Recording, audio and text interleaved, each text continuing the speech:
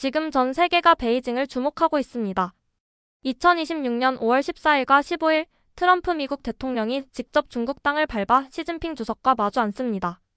단순한 정상 간 만남이 아닙니다.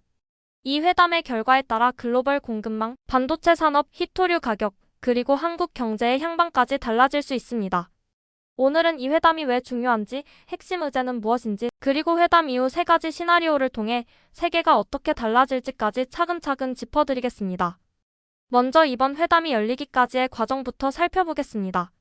원래 이 회담은 2026년 3월 말에 열릴 예정이었습니다. 그런데 미국과 이란 사이에 전쟁이 터지면서 트럼프 대통령이 직접 연기를 요청했고 두 차례의 연기 끝에 5월 중순으로 일정이 확정되었습니다. 그 사이에도 돌발 변수는 끊이지 않았습니다. 이란 전쟁 제약화 백악관 출입기자 만찬에서의 총격 사건까지 겹치면서 또 미뤄지는 거 아니냐는 관측이 나왔지만 미국 선발대가 이미 베이징에 도착했고 C-17 수송기가 경호 장비를 사전 운송한 것이 확인되면서 이번만큼은 예정대로 열릴 것이 확실시됩니다. 트럼프 대통령 본인도 놀라운 행사가 될 것이라고 직접 말했습니다. 양측 모두 물러서기 어려운 상황인 겁니다. 그렇다면 이 회담에서 무엇을 이야기할까요? 의제는 크게 네 가지로 압축됩니다. 첫 번째는 관세입니다. 2025년 초 트럼프 2기 행정부가 출범하면서 중국산 제품에 최고 145%에 달하는 관세를 퍼부었습니다. 중국도 125% 수준의 보복 관세로 맞받아쳤습니다. 양국 모두 버티기 어려운 경제적 충격이 오자 지난해 5월 제네바 협상을 통해 관세를 대폭 낮추는 일시적 휴전에 합의했고 그해 10월 한국 부산 정상회담에서 이 휴전을 1년 더 연장했습니다. 그러나 지금도 미국의 대중 실효관세율은 약 41%, 중국의 대미 실효관세율은 약 28%로 여전히 두 나라 기업들에게 상당한 부담입니다. 두 번째는 반도체와 히토류를 둘러싼 기술 패권 전쟁입니다. 미국은 인공지능 반도체와 첨단 제조 장비를 중국에 팔지 못하도록 막고 있습니다. 2026년 4월에는 동맹국들까지 끌어들여 공동수출 통제 법안까지 발의했습니다. 중국은 이에 맞서 히토류라는 강력한 카드를 꺼내들었습니다. 중국은 전 세계 히토류 정제의 약 90%를 독점하고 있습니다. 2025년부터 이 히토류 수출을 특별 허가제로 전환하고 중국산 히토류를 0.1%라도 사용한 해외 제품에도 중국 정부의 허가를 받도록 하는 초강수를 뒀습니다. 삼성전자, SK하이닉스, ASML 같은 전 세계 반도체 기업들이 모두 이 조치의 영향권 안에 있습니다. 세 번째는 석유와 이란 문제입니다. 중국은 석유의 약 60%를 호르무즈 해협을 통해 들여옵니다. 미국은 이 점을 레버리지로 삼아 해협이 막히면 중국이 제일 손해인데 이란을 설득해라고 공개적으로 압박하고 있습니다. 이란 전쟁의 향방이 이번 회담 분위기 전체를 좌우할 수 있습니다. 네 번째는 대만 문제입니다.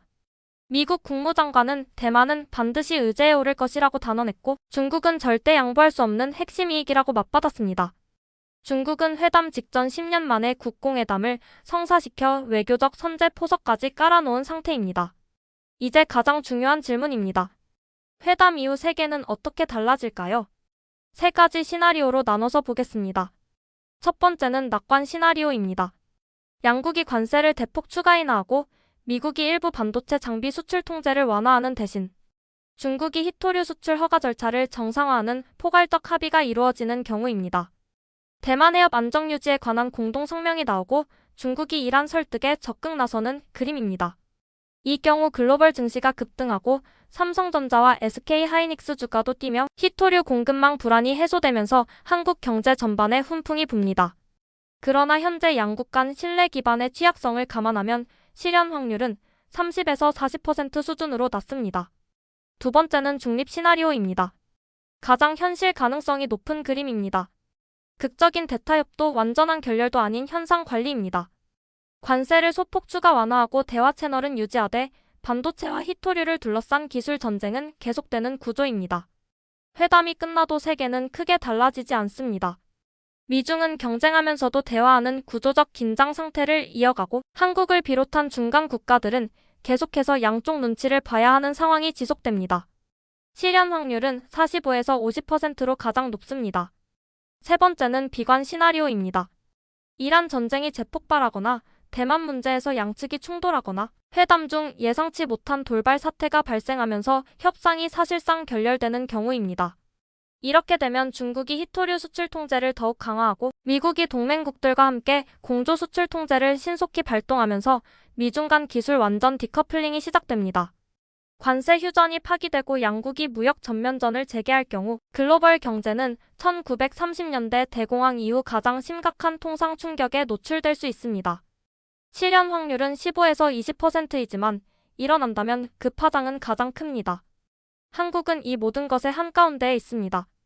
미국과 중국 모두 한국의 최대 무역 파트너이고 삼성전자와 SK하이닉스는 중국에 대규모 생산시설을 두고 있으며 한국은 희토류 금속의 약 80%를 중국에서 수입합니다. 어떤 시나리오가 현실이 되든 한국 경제는 직격탄을 피하기 어렵습니다. 이번 회담을 강대국들만의 싸움으로 볼 수 없는 이유가 바로 여기 있습니다. 세계 경제의 판이 바뀌는 이틀. 5월 14일과 15일 베이징에서 눈을 떼지 마십시오.